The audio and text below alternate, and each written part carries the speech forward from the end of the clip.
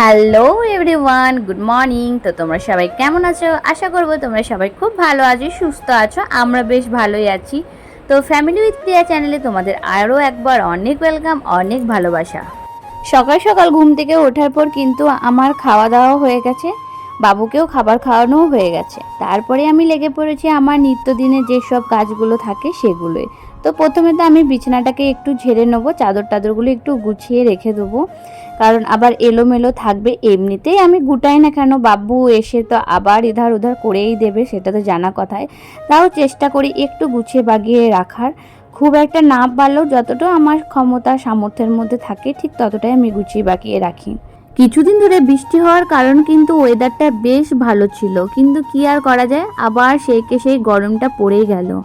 এখন ভাবছি যে কবে বৃষ্টিটা পড়বে, কবে বৃষ্টিটা পড়বে, কিছু ভালো লাগছিল না। কিন্তু তাও গরম হোক, শীত হোক, বর্ষা হোক, যাই হোক, নিজের কাজগুলো তো নিজেকে করতেই হবে বলো। কোনো রকম ছুটি কিন্তু আমাদের নিজেদের সংসারে ঠিক পাওয়া যায় না, ছুটিটা কিন্তু নিজের মতো করে নিতে হয়। আর হ্যাঁ, এই ছুটিটা তোমরা তখনই পাবে যখন ঠিকঠাক টাইম মতো তোমার সব কাজগুলো হয়ে যাবে, তারপর তুমি আরামসে কোথাও যাও, ঘুরো ফিরো, মানে কোনো ব্যাপার না। আর জানো তো, কিছুদিন ধরে ভাবলাম যে তাকগুলো পরিষ্কার করব, কিন্তু পরিষ্কার করা হয়ে উঠছিল না। মানে অন্য যেসব কাজগুলো হতে এতটাই লেগে পড়েছিলাম, এইগুলোর দিকে আর তাকানো যাচ্ছিল না।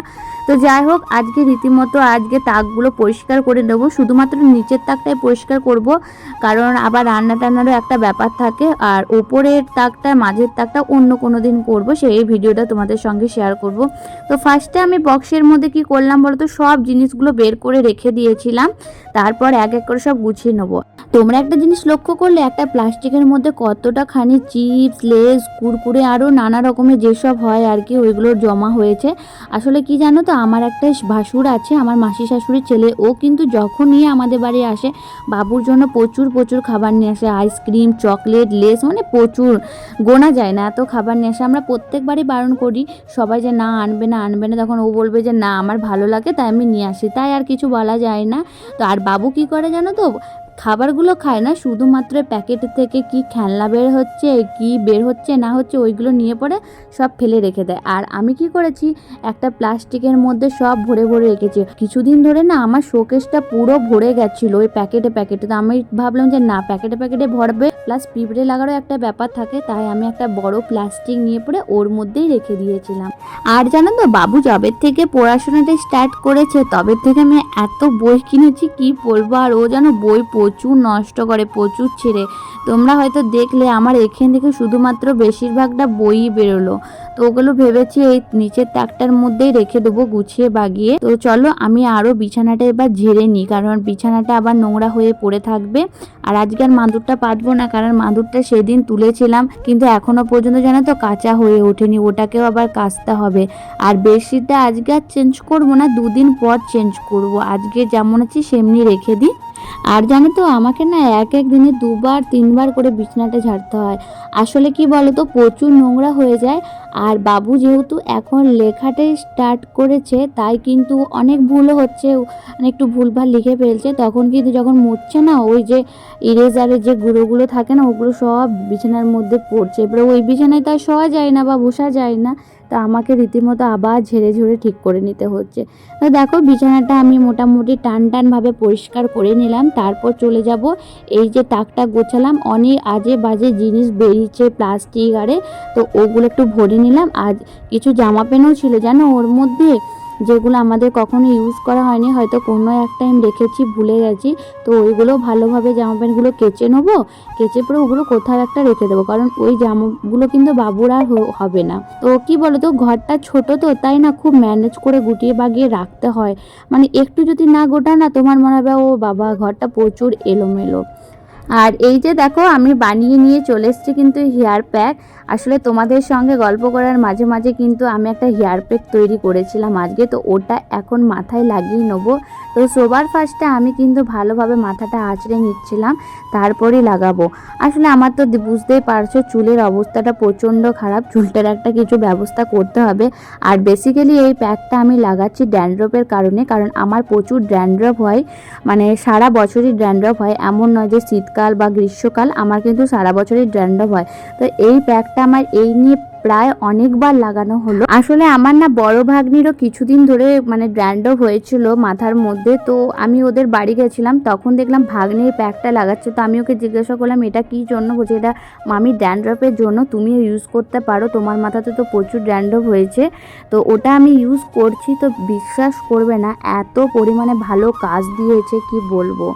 তো তারপর আমি মাথায় প্যাকটা লাগিয়ে একটু স্নান করে নিয়েছিলাম, কারণ পুরো গায়েটায় পুরো লেগে গেছিলো। তারপর আমি একটু সানস্ক্রিন মেখে চলে এলাম রান্না করার জন্য। আর হ্যাঁ, আমি কিন্তু এখন মাথাটা ধোবো না, রান্নাগুলো কমপ্লিট করার পর ধোবো। মানে আমি এখন প্রায় ওটা 2 ঘন্টার মতো রাখবো মাথায়।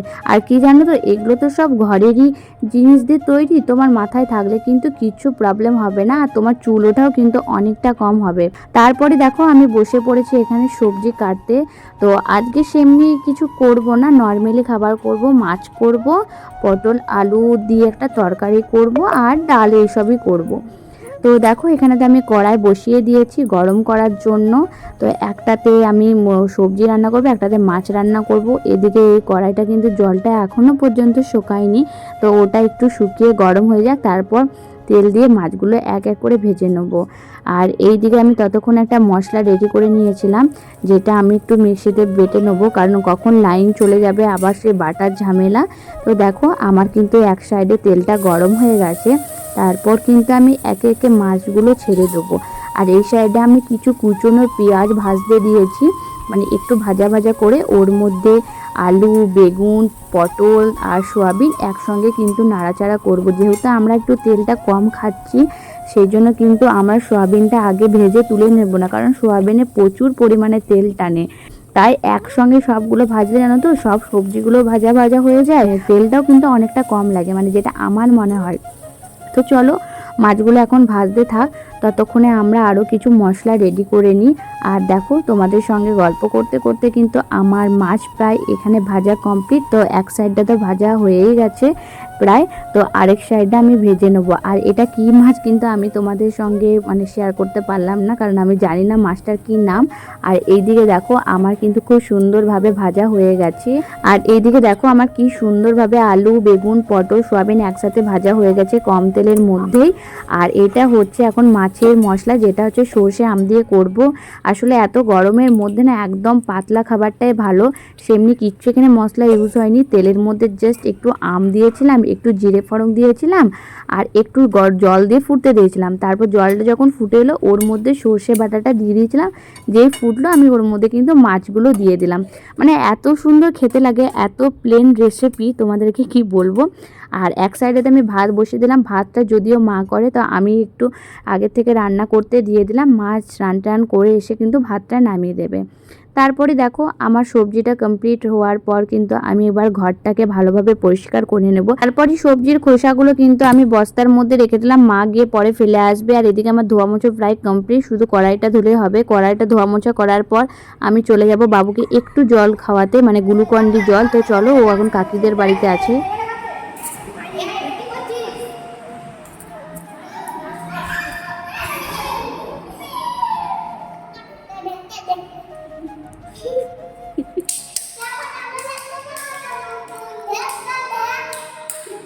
হবে না, কাকাদেরটা অনেক উঁচুতে আছে, তুমি এটা টিপতে পারবে না, আমাদের সিঁড়ি থেকে টিপে না, না কাকাদেরটা অনেক উঁচুতে লাগিয়েছে। তোমাকে ছোটকার মতো বড় হতে হবে, সেই জন্য বেশি করে জল খেতে হবে, খাবার খেতে হবে। ওই জলটা কোনো শেষ হয়নি তোমার। হ্যাঁ, তাহলে লম্বা হয়ে যাবে, জলটা শেষ করে তাহলে লম্বা হয়ে যাবে। বাবুকে জল টল খাইয়ে স্নান করানোর পর কিন্তু চলে এসেছি আবার ওপরে। এবার কিন্তু বারান্দাটা ঘরটা ভালোভাবে ঝাড় দিয়ে মুছে নেবো। সকালবেলায় শুধুমাত্র আমি বিছানাটা ঝেড়ে ঠিকঠাক জিনিসপত্রগুলো গুছিয়ে গেছিলাম, কিন্তু ঘর মোছা বা ঝাড় দেওয়া কোনোটাই হয়ে ওঠেনি। তো এখন আমি ভালোভাবে খাটের তল বলো, আলমারির তলগুলো বলো, ভালোভাবে ঝাড় নিয়ে দিয়ে নেবো, কারণ খুব নোংরা হয়েছে। যেহেতু আজকে একটা প্যাক বানিয়েছিলাম, সেই জন্য ওপরের বারান্দাটা কিন্তু পুরো এলোমেলো হয়ে আছে। তো ওটা এখন ঝাড় দিয়ে নিচ্ছি। তো ভালোভাবে ঝাড় টাড় দেওয়ার পর কিন্তু আমি মুছে নেবো। ঘরটা, কারণ ঘরটা না মুছলে না আবার মানে খুব পায়ে নোংরা বসে। আর কি বলতো, আমার যেহেতু ওপেন ছাদ, তোমরা হয়তো অনেকে জানো, আর রুমটা ওপেনের মধ্যে, তো নোংরা একদিন না মুছলে কিন্তু প্রচণ্ড নোংরা হয়ে যায়। তো আমি চটজলদি ঘরটা মুছে নিই, ততক্ষণে তোমরা ভিডিওটা দেখতে থাকো।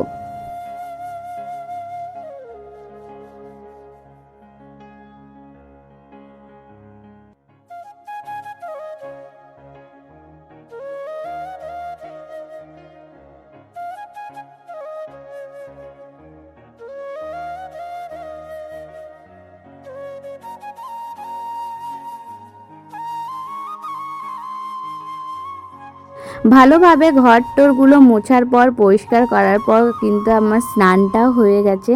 আমি রীতিমতো এখানে স্নান টান করে চলে এসেছি। আর এই দেখো আমার চুলটা মোটামুটি অনেকটা ঠিক হয়েছে। আর আজকে রান্না করতে করতে একটু ছ্যাঁকা খেয়েছি। মানে আমি কিন্তু খুব একটা ছ্যাঁকা খাওয়া বা সবজি কাটতে কাটতে মানে আঙুল কেটে ফেলা, এগুলো কিন্তু আমার সাধারণত হয় না।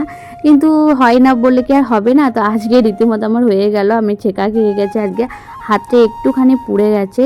তো চলো এবার নিচে যাওয়া যাক, কারণ বাবুকে এবার খাবার টাবার খাবো। তার আগে দেখো আমি বিছানায় যেসব চাদর বলছি, সরি, গামছা টামছাগুলো রেখেছি, ওগুলো একটু বাইরের মধ্যে মেলে দেবো। আর চলো এবার নিচে যাই। নিচে এসে দেখি বাবু কান্না শুরু করে দিয়েছে। কান্নার কারণটা তোমরা নিজের কানেই শুনে নাও। তুমি একটা নাও, দিদি ভাই একটা নে। তুমি কোনটা নেবে? দিদি মায়েরটা নেবে? তাহলে মায়েরটা নাও।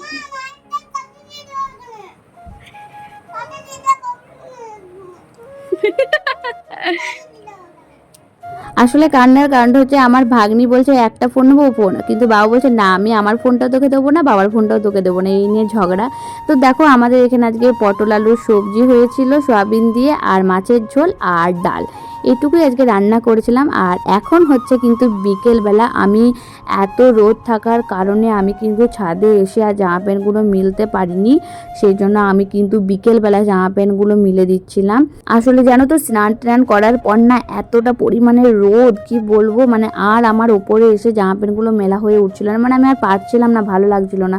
তো আমি ঠিক করেছি বিকেলবেলা জামা প্যান্টগুলো মিলবো, তারপরে ছাদে মেলে দেবো, ও এমনি শুকিয়ে যাবে। আর কিছুদিন ধরে বৃষ্টি হওয়ার কারণে কিন্তু আমার সেমনিভাবে গাছগুলোতে জল দিতে হতো না, কিন্তু এখন যেহেতু আবার সেই গরমটা পড়ে গেছে, তাই আমাকে আবার 2-3 বার করে জল দিতে হচ্ছে। তো নাহলে তো গাছগুলো শুকিয়ে যাচ্ছে, মরে যাচ্ছে। আর ঠিক করেছি এই ঝিঙে গাছটা কিন্তু এবার তুলে ফেলবো। ফুল হচ্ছে কিন্তু একদমই ঝিঙে টিঙে কিচ্ছু ধরছে না, কিছুই না। ফুলগুলো আবার দেখছি ঝরে ঝরে পড়ে যাচ্ছে। তো দেখো গাছগুলো তখন ভালোভাবে জল দিয়ে নিচ্ছিলাম, তারপর না আমি গাছের ওপরে একটু একটু করে জল ছিটিয়ে দিচ্ছিলাম। কেমন পাতাগুলো কেমন একটা হয়ে যাচ্ছে বৃষ্টি হওয়ার কারণে, জানো তো এখন ওয়েদারটা পুরো ভেপসে গেছে। মানে আগে গরম লাগতো ঠিক কথা, কিন্তু ঘাম হতো না, এখন কিন্তু এতটা পরিমাণে চিটচিটে ঘাম হচ্ছে। আর এদিকে দেখছি যখন ওই বৃষ্টি হয়েছে, জলীয় বাষ্পটা উপরে উঠছে না, গাছগুলো কেমন হয়ে যাচ্ছে। তো আজ মনে হচ্ছে আমাকে আরও একবার স্নান করতেই হবে। তো ঠিক করেছি কাজকর্মগুলো করে বাবুকে খাইয়ে টাইয়ে আর একবার স্নান করে নেবো। আর এই যে দেখতে পাচ্ছ ঠিক কতটা পরিমাণে এখনও পর্যন্ত রোদ। এখন প্রায় 5:30টার মতো বাজে, কিন্তু তাই একই পরিমাণে রোদ। এইদিকে আমার কিছু গাছ থাকে, ওগুলোতেও এখন ভালোভাবে জল দিয়ে নিচ্ছিলাম। তো চলো এবার ভেতরে যাই, ভেতরে দরজা জানলাগুলো একটু খুলে দিই, কারণ সারা দুপুর তো বন্ধ থাকে, সকাল থেকে ঘরটাও পুরো ভেপসে যায়। তো ঘর দুয়ারগুলো জানো তো একটু না খুললে না বাবুকে এসে খাবারটা খাওয়ানো যায় না, এতটা তাপ লাগে। আর এইদিকে দেখি এই বিস্কুটগুলো আমি কিন্তু কিনেছিলাম খাওয়ার জন্য, তো কিছু খাওয়া হয়েছে, কিছু প্যাকেট রয়ে গেছে। তো দেখছি পিঁপড়ে ধরে গেছে, এত প্লাস্টিকের মধ্যে রেখেছি, তাও যদি পিঁপড়ে ধরে যায় তাহলে মুশকিল নয়। আর পিঁপড়েটা সাধারণত আমার মনে হয় গ্রীষ্মকালটাতে বেশি হয়, শীতকালে খুব একটা বা বর্ষাকালে খুব একটা দেখা যায় না। গ্রীষ্মকালটাতে কিন্তু যেখানেই সেখানে পিঁপড়ে লেগে যাচ্ছে, খাবার ফেলি বা না ফেলি। তো দেখো জানলা দিকেও মোটামুটি হালকা রোদ ঢুকছে, কিন্তু ঢুকুক, কোনো করার নেই, বিকেল হয়ে গেছে। একটু ঘর ফরগুলো না খুললে কিন্তু বাবুকে ওপরে এসে খাওয়ানো যাবে না। তো তারপরে আমি ভালোভাবে চুলটা বেঁধে নেবো, খুব গরমও লাগছে। আর শ্যাম্পু চুল তো, আর গ্রীষ্মকালে এই শীতকালে কি হয় বলো তো, শুকিয়ে যায়, তো চিপচিপে লাগে না, কিন্তু এখন গ্রীষ্মকালে না চুল খুলে রাখাই যাচ্ছে না, মনে হচ্ছে কখন চুলটা শোকাবে, কখন টুক করে একটা বেঁধে নেবো। কিন্তু শোকাবে কি, যত শোকাচ্ছে ও তো ঘামে আবার ভিজে যাচ্ছে। আর আমাকে এখন এতবার করে শ্যাম্পু করতে হচ্ছে, মানে সপ্তাহে তো 3-4বার আরামসে শ্যাম্পু করা হয়েছে, না হলে তো একটু শ্যাম্পু না করলে চুলটা কেমন যেন একটা গন্ধ করছে। আর এইদিকে দেখো বাবুকে এখন আমি খাবার খাওয়াতে বসে গেছি।